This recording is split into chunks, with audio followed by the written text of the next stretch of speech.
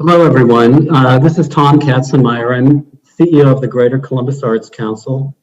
We're in for a special treat this afternoon. I'm going to interview Donald Isom. He's quite the accomplished young man, and we're going to have some fun with it too, I promise. I want to start, though, by thanking our sponsors today, which is Reese Brothers Productions, my good friends Michael and Jim Reese, for putting this together, a whole series of these interviews together. And we're being filmed by Nicolette Swift of Nicolette Cinematographics. And actually, that's where you can find this on all the channels to watch it again later. And I hope that you will. So I'm going to talk, going to give you a little bit of a biography of Donald. I'm actually going to read from his biography just a couple paragraphs because it's so significant and I'm so impressed with him. So let me start there. So Donald Isom, AKA Ice, was born and raised in Cleveland, Ohio. For over 13 years, he has been heavily active in the dance community, teaching dance workshops, hosting events, and showcasing performing improv and choreographed pieces. His inspiration as a dancer came from his artistic family. We're going to talk about this in a minute, where he has a long lineage of dancers, musicians, and painters. His father and uncle were both dancers as well as cousins. Donald's mother was a poet and writer, and his grandmother was a painter. His godmother is a musician. So he's no stranger to many forms of music, dance, and art. It runs deep through his veins from probably the age of 5, and that's where we're going to start here in a second. This has been instilled in him.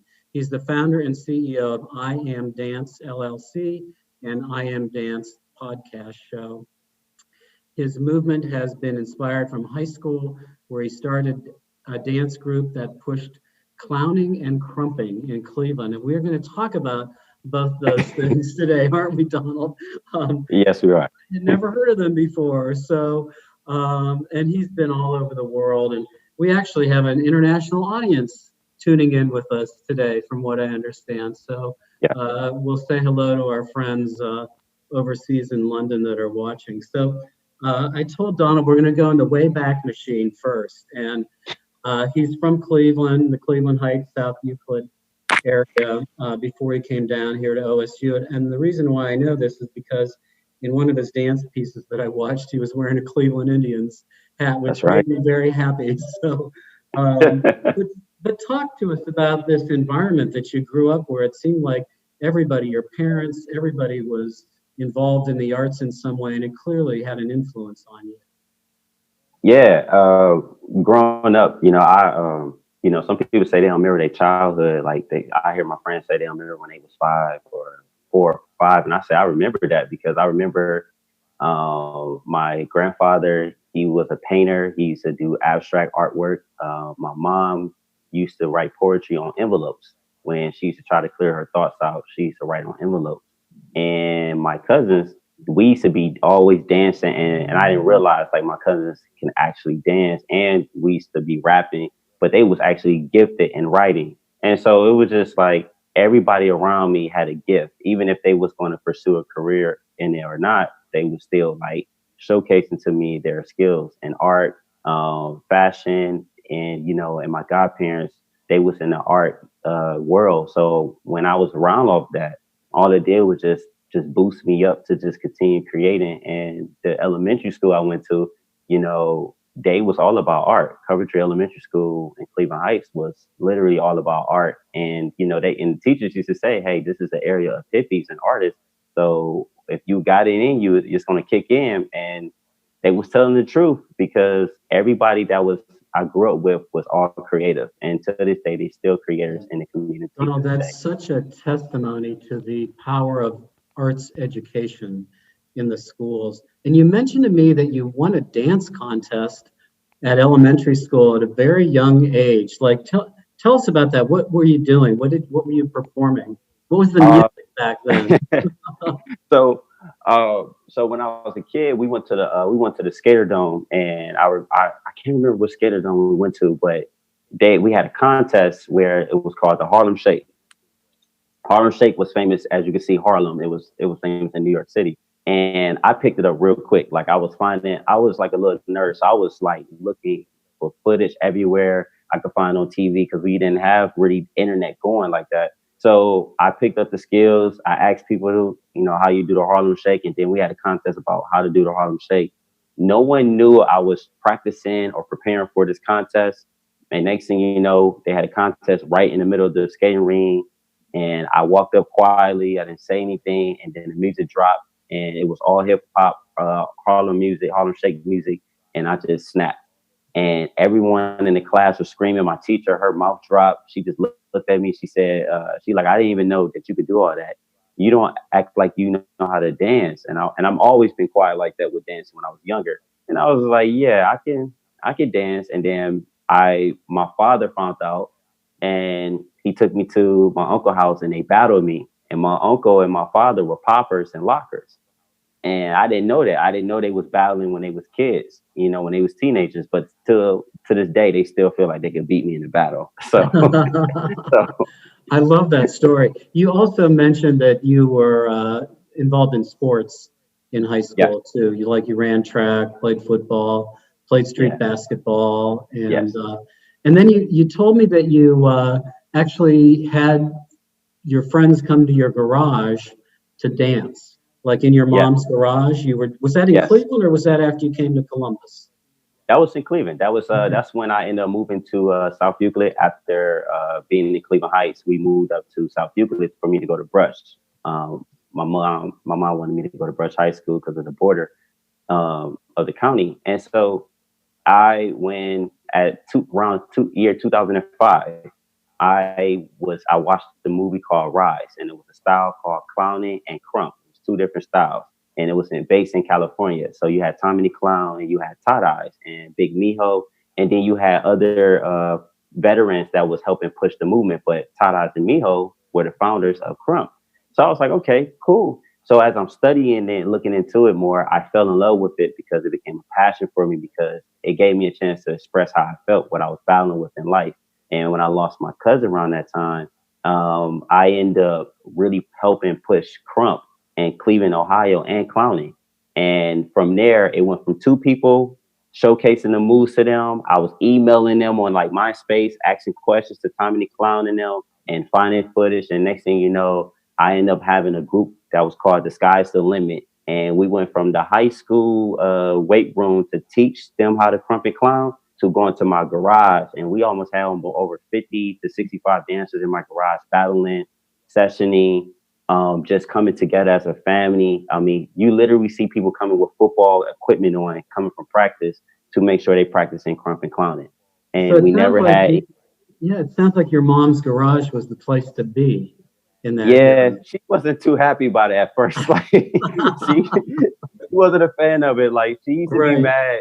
Like, do not break my garage. And just like kids, we broke the garage. Like we broke the door on the garage. Yeah, we flooded the garage.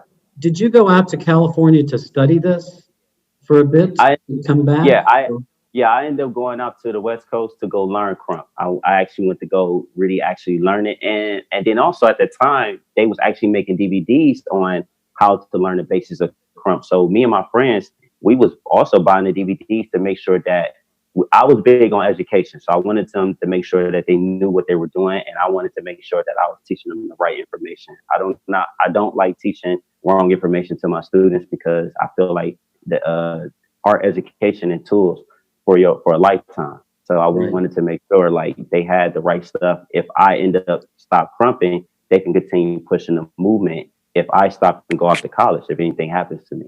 So you have to talk a little bit more about clowning and crumping because, as you know, this is new to me.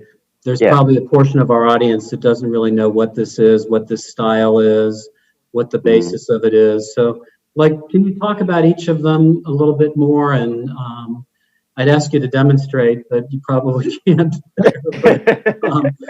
If people can go back and watch you on Instagram and your Facebook channel and check it out. But talk to us about those two specific forms. Yeah. So at the time when I first seen the two forms in 2005, and that was like hot summer. Clowning was a style where basically like they had different styles and dances in it. You had the paint face, you had them going out to parties. Tommy the Clown used to take everybody out to certain neighborhoods and the projects everywhere. I mean, they was on. I believe Tyra Banks had a model show where they was on there as well, and it was a style where everybody was getting involved. They had the clown, they had the wobble, they had the clown walk, they had all these different significant moves. That was in Cali. They had a K Wayne. All these moves were like going on and clowning. And then Todd Eyes and Big Miho, they was the creators of Crump. Crump was a rugged street dance style. And the style had the basics. I mean, it had many basics. And at the time, they didn't have a lot of moves. They had several different moves that were significant to the style. And at that time, as it was evolving, they started adding more information to it because next thing you know, Crump went from just being in one area to worldwide. Shout out to Big Miho and the other people that helped push the movement. It just spread it like a virus. Well, not in a negative virus, but like a more of a positive virus, I would say. Right. And it spread it to the point that everyone had an outlet. Crump at the time when we was learning it, it stood for Kingdom Radically Uplifting Mighty Praise for us. That was KRUMP.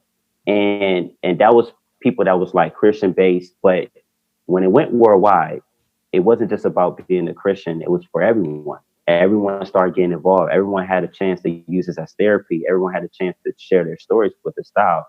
Tada's Big Miho and the other people that helped push the movement, they went around the world and continued teaching everyone. And now you have big tournaments, you have big battles. Cleveland, Ohio, it has expanded. You know, we travel the world, we battle and compete, we session. Crump has families inside of it, and it has this good and the bad. But at the end of the day, it got kids, men and women, to dance and move, and that was the biggest goal: is to get everybody. You would say it's as strong as ever today. Oh yeah, it's absolutely. Is it evolving into anything else right now, or?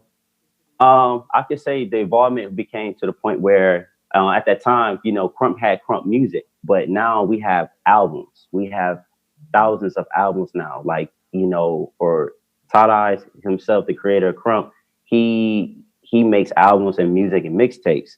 Now we have choreography. Now we have our own fashion. Now we have our own way of language when we talk and how we dress. It became a whole culture, the Crump culture now. And clown is still out there. Clown is still big. Tommy the Clown is still serving the community, doing great things. You know, I emailed him before and he was answering my questions. I used to email the Crumpers over in California when I needed to learn something, and they used to answer my questions and help. Now the world has access due to social media. Everyone has a chance to learn the basics online, even during the time of pandemic. There's tournaments, there's challenges, there's classes you can take. You can learn from Tadas himself and Big Miho, the two creators. And what I did here in Ohio was just basically push the movement. And my goal was to make sure that if I stop crumping or anything like that, my students, where we call in our crump community, little homies, will continue pushing the movement. And that's exactly what happened. And I'm still here in Crump. I'm still dancing. I'm still training. But now my students are adults, and now they are helping push the movement as well. So it's teamwork make the dream work. That's great. That's great. We had a little break in the transmission there, but I want to go back to, we were talking to Donald about the film that he was in. And Donald, you were making a great pitch for an idea that you had. And I bet somebody watching this might pick up and run with that with you. So let's go back to that. Okay. So you know, the film that came out about Cleveland, Ohio, and the Crump community, they were sharing their perspective and what they experienced as Crumpers. And the cool thing was it got me a lot of phone calls where people were asking about like the history. They wanted to dig into more. So I was thinking that, you know, it'd be great that we set up a documentary on the history of Cleveland Crump, and did not just Cleveland Crump, but, you know, look into how it inspired the whole state of Ohio.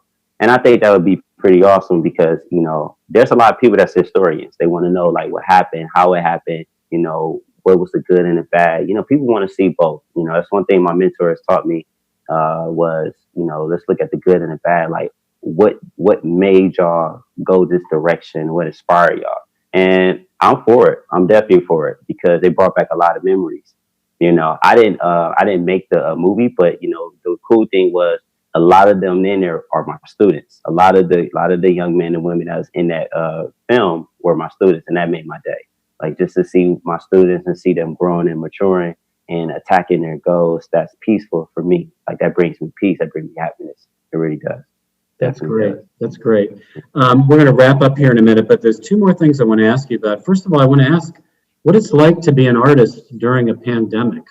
Like, how has it impacted your life, and where does it lead you? And like practical things, like paying the rent, or are you not able to perform and you want to perform? And just talk to us about that for a moment. Yeah, it's really, to be honest with you, it's a challenge. It really challenged the being an artist and being a dancer in this time, because as me being a dancer, I can't do shows. I can't really teach face-to-face workshops. I can't help choreograph projects. I can't get on the stage to perform and do any type of work. So it's like now I'm being challenged to see, okay, what can you do on a social media platform? What can you do to be consistent? But the thing is, you have to balance on not letting your art be tempered with just trying to make money. And so to know that this is going on in the world, I have to really learn how to be patient and spread myself out. Meaning, like, spread my time out, like just take my time and pace myself. And to know that we had, like, Greater Columbus Arts, Council to step in and say, hey, we're going to try to do what we can to help. That was really like took a stress off of me. Like it really did. It took a stress off of me to know that we have support. I appreciate you saying that. Yeah. It's no problem. Yeah, you're very kind to say that. Thank you. I want to tell everyone that's listening, you referred to your presence on social media. It's quite remarkable, and I would really tell everyone that you should follow Donald on YouTube, Instagram, Facebook. I watched your YouTube channel, and that's where I saw you dancing in the Ohio Union parking garage in the stairwell wearing a Cleveland Indians hat. Yeah. And I was like, wow, this is somebody I really need to know, that's out there doing this. But everyone should follow you. So kind of last question, like virus aside, pandemic aside, what do you see like next for you? Like if we get through this in 6 months, what's it going to be coming out of this for you? How are you going to show your resilience and your ability to get through this challenge? Honestly, it has really changed. It didn't change my goals. It just made me it made me evolve my goals in a different form to make sure that I build some type of home for dancers, build some type of place where, that everything that I do can be facilitated somewhere where like I have resources for them, and I want to do that, and like a lot of my students, me as a teacher, they was like, we don't want to be in a virtual class forever. So after this pandemic, we need something from you. And when your students and your friends are verbal and vocal about that, that makes you really think about what your goals are. So I think my goal is to have a voice on the social media when, I have a podcast show, so I have my voice on there. But I also need something in a physical form for them after this pandemic, because the dance community has definitely changed because of this. Like a lot of people have lost their motivation to continue dancing, and they're looking for mentors, they're looking for help. So my goal is to make sure I can make that happen. And I hope that people that are listening, wherever country or state they're in, is to do the same thing, is find ways to not just have a dance studio, but build something inside of your studio that's going to encourage people to get back to dancing. Yeah. That's great. I want to thank you again. That's a very noble goal. That will be a very noble undertaking. Hopefully we'll be in a position to help support you do that. It's been fabulous to get to know you through this, and I appreciate everything you're doing for the arts community. I appreciate you taking the time to do this today. I look forward to seeing you perform. Hopefully that'll be sometime soon. You got to let me know again when I can see you. I want to tell everyone again to follow Donald on YouTube, Instagram, and Facebook. I think you'll really enjoy it. It will make your day to watch him out there. So thank you again. No problem. Thank you so much for this interview. I really enjoyed it. Definitely. Yeah, absolutely.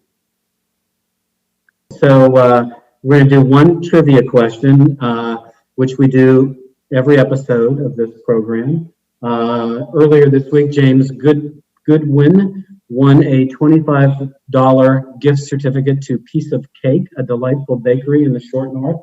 Donald has a question, a trivia question, and the winner for this will get a $25 gift certificate from North Star. So take it away, Donald. All right, so here's my question. Since everybody loves Michael Jackson, here's my question. What year did Smooth Criminal come out? What year did the song by Michael Jackson, Smooth Criminal, when was it released? That is my trivia. Good. Thank you again. Oh, yeah, no problem. No problem. This is great.